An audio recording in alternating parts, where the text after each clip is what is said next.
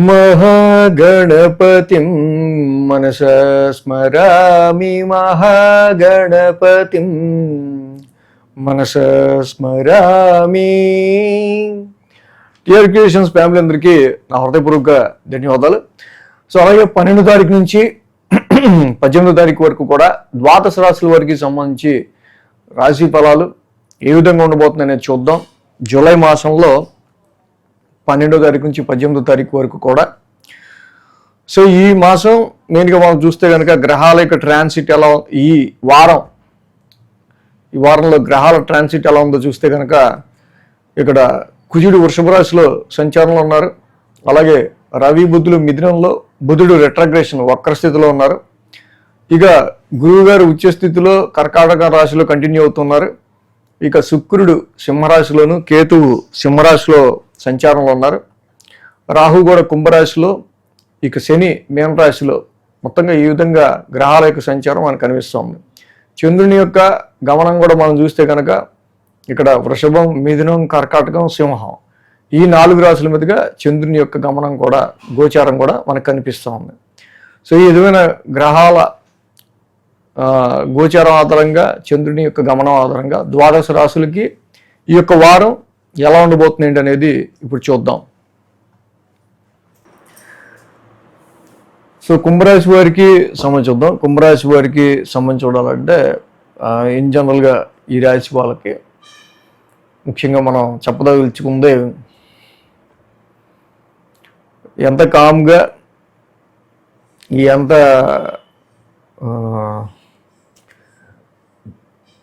స్టెబిలైజ్డ్గా మీరు ముందుకెళ్తే అంత మంచిదే అని మాత్రం మనం చెప్పగలుగుతున్నాం. ఈ రాశి వాళ్ళకి నవగ్రహాల్లో ఏ గ్రహం కూడా దిగ్బలంలో లేదు ఇన్ జనరల్గా. సో ఇన్ని గ్రహాలు మనం దిగ్బలంలో లేనప్పుడు మరి మనం ఏం చేయగలుగుతాం? ఏం చేయగలం అంటే, సో ఈ పని ఎప్పుడవుద్ది, ఈ పని ఎప్పుడవుద్ది, ఈ పని ఎప్పుడవుద్ది అనుకున్నా ఆ పని అయినప్పటికీ అవుద్ది అనుకుని వదిలేయటం మంచిది. అలాగే ఇంపార్టెంట్ డెసిషన్స్ ఏమైనా ఉన్నా సరే చాలా వరకు కూడా ఈ రాశి వాళ్ళు ఓకే, ప్రజెంట్ అయితే మన పరిస్థితి ఎలా ఉంది కాబట్టి మనం నెమ్మదిగా డెసిషన్ తీసుకుందాంలో కొంచెం ఆగి అన్నట్టు. సో ఉన్నదాన్ని యథాస్థానంగా ఇదిగా నడిపించడం అనేది చాలా మంచిది. ఎందుకంటే రాశిలో రాహు ఏంటి, ద్వితీయంలో శని ఏంటి, సరిగా ఒకటి మనం చెప్పడం ఎందుకు, కానీ మెయిన్గా 4, 5, 6, 7 స్థానాలలోకి చంద్రుని యొక్క సంచారం ఉంది. ఇక్కడ చంద్రబలం అయితే బుధ, గురు, శుక్ర, శనివారాల్లో 4 రోజులు చంద్రబలం అనుకూలంగా ఉంది ఇన్ జనరల్గా. అర్ధాష్టమంలో కుజదోషంతో మొదలవుతుంది. వెరీ అగ్రెసివ్ ఎమోషన్ అనేది ఫ్యామిలీ రీత్యా, కుటుంబం రీత్యా ఇక్కడ మీకు ఎక్కువగా కనిపిస్తుంది. డొమెస్టికల్ ఎన్విరాన్మెంట్ అంతా కూడా వేడిగా ఉండే ఆస్కారాలు ఉన్నాయి. అంటే ప్లెజెంట్నెస్ ఉంటే ఇంట్లో బాగుంటుంది. ఏంటి నీ గొడవ, ఇది చూడన్నా అది చూడన్నా అంటే అలా ఉంటుంది పరిస్థితి. సో ఇది రిఫ్లెక్షన్ ఇంట్లో సరిగ్గా లేకపోతే జాబ్లో రిఫ్లెక్షన్ అవుద్ది.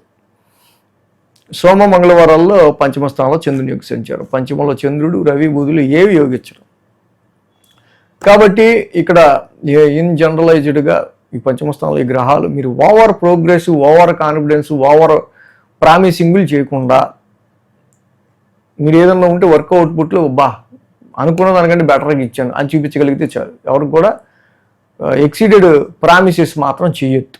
ఏదైనా ఒక విషయంలో మీరు పెట్టుకునే ఎక్స్పెక్టేషన్స్ ఎంతవరకు రీచ్ అవ్వగలరు అనేది ఇన్వెస్ట్మెంట్స్లో అయినా, సంతాన పరంగా అయినా, ఎడ్యుకేషన్ పరంగా అయినా సరే కొంచెం ఇక్కడ మనం కాన్సన్ట్రేట్ చేయలేని పరిస్థితులు కనిపిస్తున్నాయి. అందుకని బుధ, గురువారాల్లో షష్టమ స్థానంలో చంద్రుని యొక్క సంచారం. అలాగే అక్కడే గురు భగవానుడు ఉచ్చ స్థితిలో ఉన్నారు, ఎక్స్పాన్షన్ ప్లానెట్. గురు బలం కూడా తగ్గింది ఇన్ జనరల్గా. సో కాబట్టి కొన్ని సందర్భాల్లో ఈ రాశి వాళ్ళకి లోన్స్ విషయాల్లో ఏంటి ఇలా కొన్ని విషయాల్లో మంచి పాజిటివ్గా ఉంటుంది. కానీ కుటుంబ పరంగా, కొన్నిసార్లు లాభపరంగా ఇక్కడ ఎక్స్పాన్షన్ ప్లానెట్ జూపిటర్ కన్ఫ్లిక్టెడ్ హౌస్లో ఉండటం వల్ల కొన్ని లిటిగేషన్స్, కాన్ఫ్లిక్ట్స్ పెరుగుతాయి వెళ్తూ ఉంటాయి.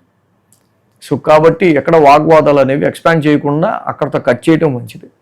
శుక్ర, శనివారాలు మనం చూస్తే కనుక సప్తమ స్థానంలో చంద్రుని యొక్క సంచారం. సప్తమ స్థానంలో చంద్రుని యొక్క సంచారం ఏదైతే మనకు కనిపిస్తుందో, ఈ చంద్రుడి యొక్క సంచారం సప్తమ స్థానంలో మనకి మెయిన్గా శుక్రుడు, కేతువు అంత అనుకూలమైన సంచారం కాదు. సప్తమ స్థానంలో కూడా బిజినెస్ ఏంటి, మ్యారిటల్ లైఫ్ ఏంటి అంత సోగా న్యూట్రల్గానే ఉంటాయి. సో కాబట్టి ఇక్కడ మనం అనుకునే పరిస్థితుల్లో ఇక్కడ మెయిన్గా ప్రతిదీ కూడా ఇంట్లో కొంచెం డొమెస్టికల్గా పీస్ ఉంచుకోవటం, సో ఓవర్ ప్రామిసింగ్లు చేయకుండా ఉండటం అనేది మెయిన్గా మనం చెప్పదగింది.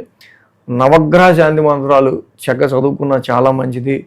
ఆదిత్య సోమాయ మంగళ బుధాయ చ ఇలా అన్ని గ్రహాలను కలిపి చదువుకుని 27 ప్రదక్షిణలు నవగ్రహాలకి చేసి శివాలయాన్ని డైలీ దర్శించడం అనేది మంచిది.